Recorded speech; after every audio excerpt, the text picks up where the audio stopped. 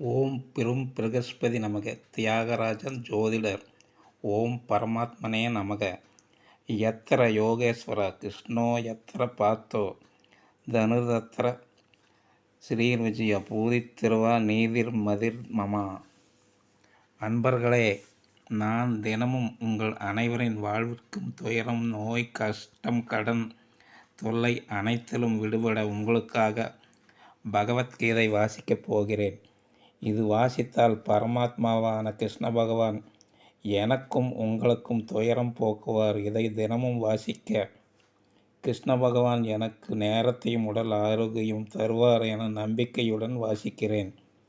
இதை கேட்கும் உங்களுக்கும் சகல நன்மைகள் தந்து உதவுவார். உலக மக்கள் அனைவருக்கும் இந்த பகவத்கீதை பொதுவானது.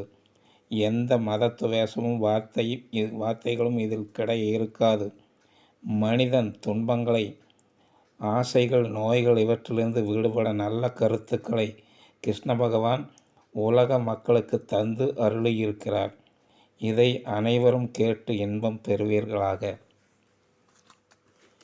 பணிவான வேண்டுகோள்.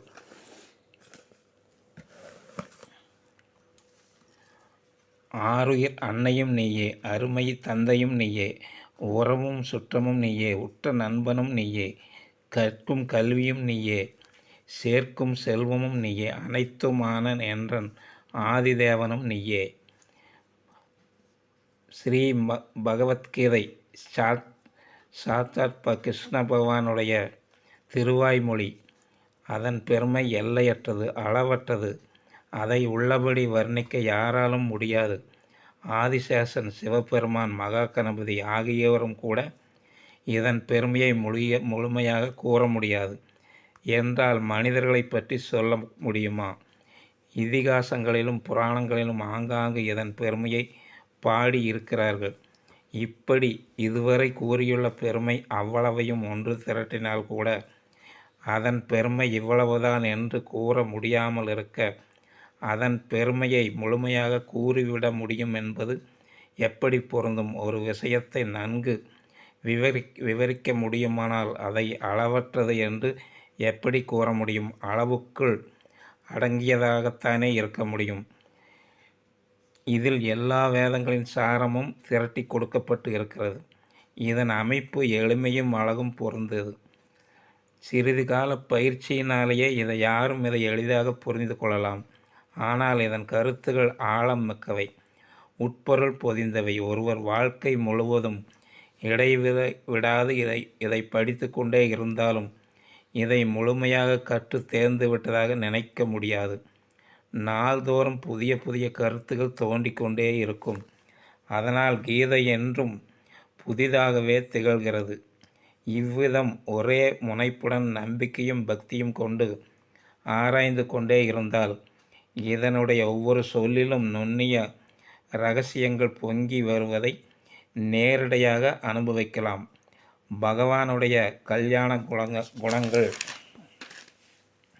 பிரபாவங்கள், சுரூபம், தத்துவம், இரகசியம், உபாசனை, கர்மம், ஞானம் இவற்றை பற்றியெல்லாம் கீதா சாஸ்திரத்தில் கூறப்பட்டுள்ளவாறு வேறு எந்த நூலிலும் ஒருங்கே காண்பது கிடையாது. பகவத்கீதைக்கு இணையான நூலே கிடையாது. நன்னெறி புகட்டாத ஒரு சொல் கூட கீதையில் கிடையாது. கீதையில் எந்த ஒரு சொல்லும் வெறும் சுவையூட்டுவதற்காகவே மட்டும் அமைந்ததில்லை. இதில் வருகின்ற அத்தனை விஷயங்களும் உண்மையானவை. சத்தியரூபனான பகவானுடைய பேச்சிலே சுவையை கற்பனை செய்து பார்ப்பது அவரது சொல்லை அவமதிப்பது போல ஆகும். கீதையில் எல்லா சாஸ்திரங்களும் அடங்கும். எல்லா சாஸ்திரங்களுமே கண்ட முடிவுகளின்படி சாரம் இதில் நிறைந்திருக்கிறது. எல்லா சாஸ்திரங்களும் இத கருவூலம் என்று சொன்னால் இது மிகையாகாது. கீதா சாஸ்திரத்தை ஒருவன் தெளிவாக புரிந்து கொண்டு விட்டால் பிற சாஸ்திரங்களில் உள்ள தத்துவங்களின் அறிவு தானே வந்து அமையும். அதற்காக தனியாக கஷ்டப்பட வேண்டியதில்லை.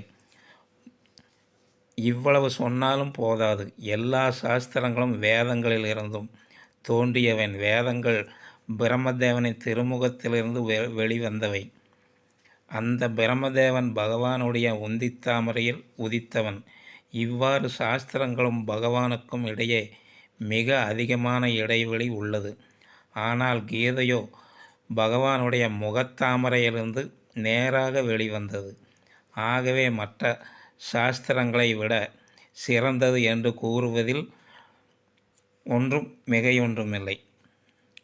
கீதையை நல்ல முறையில் கேட்க வேண்டும், பாட வேண்டும், படிக்க வேண்டும், கற்பிக்க வேண்டும், மனப்பாடம் செய்ய வேண்டும், மனதில் தரிக்க வேண்டும். கீதை பகவான் பத்மநாபனின் முகத்தாமரையிலிருந்து வெளிவந்தது. எனவே கீதையை செவ்வனே படிக்க வேண்டும். நாளை தொடர்கிறேன்.